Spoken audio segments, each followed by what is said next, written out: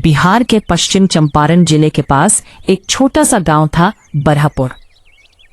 यह गांव चारों तरफ हरे भरे खेतों से घिरा हुआ था, जहां कच्ची सड़कें बिछी थीं और पुरानी पीपल के पेड़ अपनी छायाएं फैला रहे थे।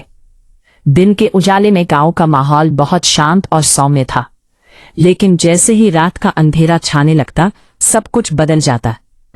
गांव के बाहरी हिस्से में एक पुरानी झील थी, जिसे लोग काली झील के नाम से जानते थे। काली झील के बारे में गांव में अनगिनत डरावनी कहानियां मशहूर थी। कोई कहता कि रात में पानी के अंदर लाल रोशनी चमकती है, तो कोई सुनाता कि झील के बीच से लोहे घिसने जैसी आवाज आती है। कुछ बूढ़े लोग तो यहाँ तक दावा करते थे कि कई साल पहले वहां सेना की कोई गुप्त पनडुब्बा डूब गई थी। असली सच क्या था, यह किसी को नहीं पता था। गांव के निवासी रात होते ही झील के पास जाने से कतराते थे।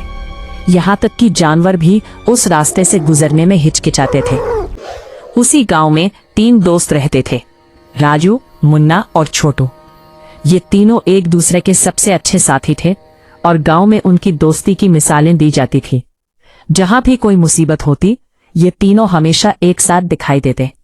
राजू सबसे समझदार था, मुन्ना थोड़ा डरपोक लेकिन मजाकिया, और छोटू को हर रहस्य जानने का शौक था। एक दिन गांव के चौपाल पर बूढ़े रामलाल बाबा ने फिर से झील की कहानी सुनाना शुरू किया। उन्होंने धीमी आवाज में कहा, उस झील में कुछ है जो रात होने का इंतजार करता है। यह सुनकर गांव के बच्चे डरकर भाग गए, लेकिन छोटू हंस पड़ा। बाबा, आज के जमाने में भूत कुछ नहीं होता।